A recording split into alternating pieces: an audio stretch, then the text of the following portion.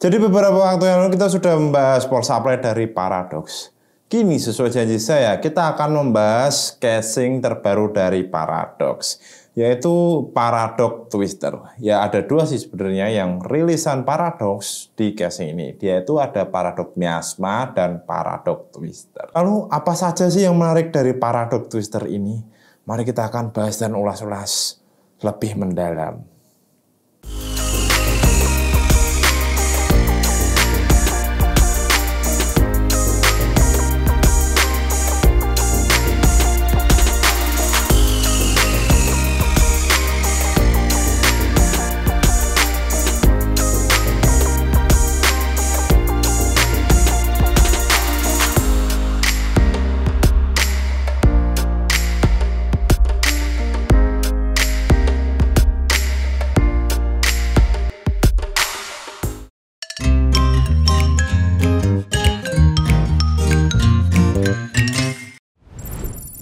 Jadi Paradox merilis sebuah casing secara bersamaan, yaitu Paradox Twister dan Miasma. Lalu kita akan membahas Paradox Twister, yaitu kembaran dari Paradox Miasma ini. Jadi sebenarnya perbedaannya apa sih? Secara signifikankah atau yang lainkah antara Miasma dan Twister ini? Jadi untuk Paradox Twister ini dia sebenarnya casing Mid Tower ATX. Dia kenapa Mid Tower ATX? Karena dia support motherboard ATX. Rata-rata sih yang di pasaran hanya Mid Tower MATX atau Micro ATX.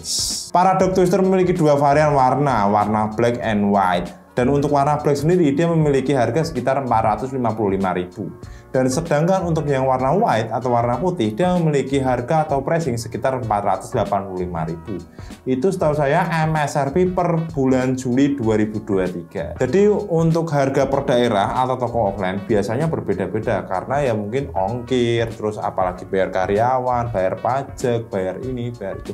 Jadi kalian harus bisa memaklumi ya. Untuk beberapa PC builder misal ingin beli ya di harga yang sama seperti saya sebutkan tadi ya, kalian bisa cek-recek di e-commerce. Tentu ada SNK-nya. Kalian harus bisa menanggung ongkirnya ya, menanggung ongkir masing-masing ya. Dan tak lupa juga kalian harus hidupkan asuransi.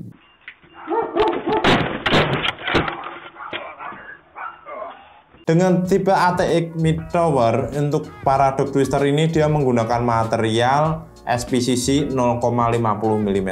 Ya menurut saya sih materialnya cukup standar dan nggak terlalu tebal-tebal amat ya. Selain itu kita membahas front panelnya, dan untuk front panelnya ini sebenarnya mirip sekali dengan brand ternama yaitu Corsair. 4000D atau berapa tuh kalau nggak salah 4000D ya, yang mirip full mesh, ada selanya di samping itu. Dan selain itu untuk yang Micro ATX itu ada Cube Gaming Alta, itu sebenarnya mirip sih seperti ini untuk desainnya. Ya wajar sih, pasar sekarang tuh OEM factory-nya sangat terbuka sekali ya untuk pasar tuh. Mau model apa itu sebenarnya bisa. Dengan panel depan full mesh berbahan metal, Twister ini memiliki dash filter di bagian depan. Tetapi untuk dash filternya ini terdapat di bagian belakang panel full mesh-nya ini. Selain itu Twister juga sudah pre-install 3 kali fan 120 mm atau 12 cm. Jadi pre-install ini sebenarnya ya sudah termasuk bawaan dari paket pembelian dari factory. Dan untuk fan-nya ini sudah memiliki fitur RGB. Namun RGB-nya ini statik, nggak bisa kalian sinkronkan ke motherboard kalian. Untuk soket fan-nya dia menggunakan Molex 4 pin. Ya nanti akan ya full speed terus menerus ya kalau Molex 4 pin ya. Untuk sirkulasi bagian depan ini saya sangat merekomendasikan untuk beberapa PC builder menggunakan sebagai intake atau penghirupan udara dari depan ke dalam guys. Jadi sebagai intake udara yang segar dari luar ke dalam casing. Tapi saya nggak yakin juga sih untuk depannya ini bisa dipasang IO 360 mm. Untuk si panel tempered glass-nya ini belum menggunakan frame. Jadi untuk beberapa PC builder harus hati-hati dalam melepas si panel tempered glass-nya. Setidaknya tangan kalian salah satunya ada di bawah guys, seperti ini. Nanti bila mana suatu saat terjadi jatuh secara tiba-tiba, tempered glass-nya tuh nggak akan pecah. Ya hari atas itu nggak ada di tanggalan, kapanpun bisa terjadi. Untuk top panelnya, Twister ini sudah support fan 2 x 120 mm atau 12 cm sebanyak 2 pieces. Untuk beberapa PC builder pengguna IO 240 mm. Kalian bisa menginstalasi radiator IO 240 mm kalian di bagian atas, jadi penempatan bagian atas. Ini tidak akan berbenturan dengan heatsink motherboard kalian. Ini masih ada jarak space antara radiator fan maupun RAM juga heatsink motherboard VRM kalian. Selain itu di bagian atas ini juga sudah termasuk dust filter, dan dust filternya ini terletak di bagian luar casing. Dan sirkulasi bagian atas ini saya lebih rekomendasi untuk sebagai exhaust atau membuang udara panas dari dalam casing ke luar casing. Untuk sirkulasi bagian belakangnya ini sudah support fan 1 kali 120 mm atau 1 kali 12 cm. Kalau saya sih lebih rekomendasi sebagai exhaust karena ini lebih dekat sekali dengan, ya kalau kalian menggunakan heatsink tuh lebih cepat keluarnya panasnya ya dari heatsink ke luar casing, jadi disedot keluar itu. Untuk motherboard supportnya Twister ini sudah support motherboard ATX, micro ATX, dan mini ITX. Dan selain itu juga Twister sudah support 7 slot expansion. 7 slot expansion itu dalam artian slot untuk VGA yaitu ada 7 slot. Kalau ATX itu setahu saya 7 slot, dan untuk micro ATX itu 4-5 slot. Mengenai CPU clearance, Twister ini menurut saya cukup oke ya. Dia sudah support heatsink dengan ketinggian 170 mm atau 17 cm. Walaupun di data yang menyebutkan di sini 175 mm. Yang saya takutkan nanti heatsink kalian akan mentok dengan tempered glass sheet panel. Jadi saya lebih rekomendasikan heatsink kalian dengan maksimal tinggi setinggi 17 cm atau 170 mm. Untuk GPU clearance, beberapa possibility pengguna VGA dengan triple fan, kalian juga harus pintar-pintar mengukur VGA kalian. Karena Paradox Twister ini kalau saya ukur, ini lebih sweet spot berada di 300 mm atau 30 cm. Walaupun di datanya menyebutkan clearance-nya 330 mm atau 33 cm, ya mungkin akan sangat mentok dengan fan bagian depannya. Atau lebih baik sih fan depannya akan dilepas ya, misal kalian menggunakan GPU dengan panjang lebih dari 33 cm.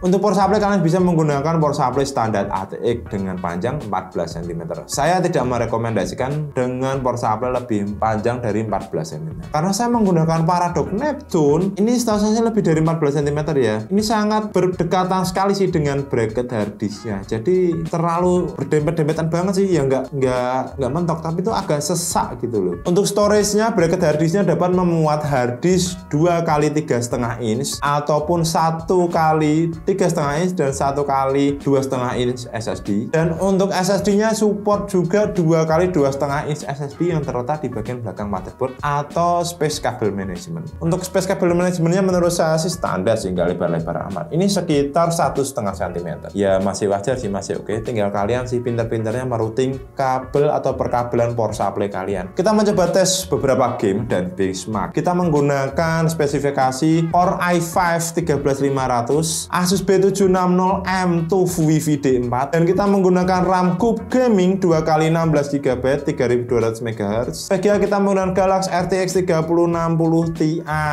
GDDR6, dan untuk cooler kita menggunakan Noctua NHU12S Chromax. Sedangkan storage kita menggunakan MSI M370 Patium 1TB M2 NVMe. Untuk sirkulasi udara tambahan kita menggunakan 3 buah 120 mili Arctic P12 PWM-PST. Tak lupa juga kita power supply menggunakan Paradox Neptune 700W 80 Pro full modular. Untuk gaming test temperatur kita mulai dari Battlefield 5. Untuk temperatur CPU-nya kita mendapatkan sebesar 65 derajat Celcius, dan untuk temperatur GPU-nya sebesar 66 derajat Celcius. Dan untuk average-nya CPU-nya mendapatkan 73 derajat Celcius, dan untuk GPU-nya sebesar 76 derajat Celcius untuk average.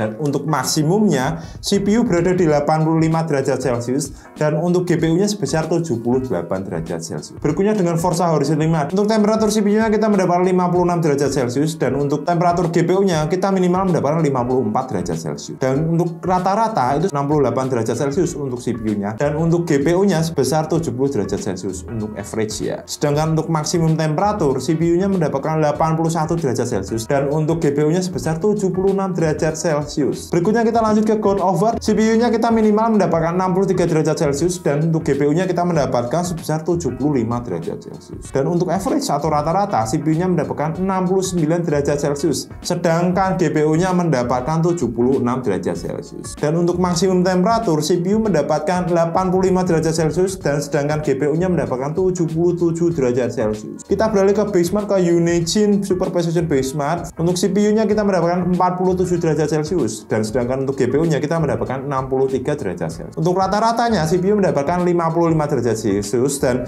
untuk GPU-nya mendapatkan 75 derajat Celcius. Untuk maksimum temperatur, CPU-nya kita mendapatkan 76 derajat Celcius dan untuk GPU-nya mendapatkan 77 derajat Celcius. Untuk pros-nya, Paradox Twister ini menurut saya cukup oke banget. Dengan panel depannya itu sudah mesh, juga terdapat dust filter. Selain itu juga sudah pre-install 3 buah fan 120 mm atau 12 cm ya. Dan tak lupa ketinggalan juga untuk CPU clearance-nya menurut saya cukup tinggi, itu selebar atau setinggi 170 mm atau 17 cm. Dan untuk beberapa PC builder pengguna VGA 3 fan ini menurut saya cukup oke ya, karena untuk GPU clearance-nya itu switch spot-nya berada di setidaknya sih ada 30 cm. Untuk kekurangannya nanti si panel tempered glass-nya menurut saya dia belum menggunakan frame, jadi kalian harus berhati-hati dalam melepas tempered glass tersebut. Selain itu untuk kabel manajemennya ini menurut saya juga nggak lebar banget ya, hanya 1,5 cm.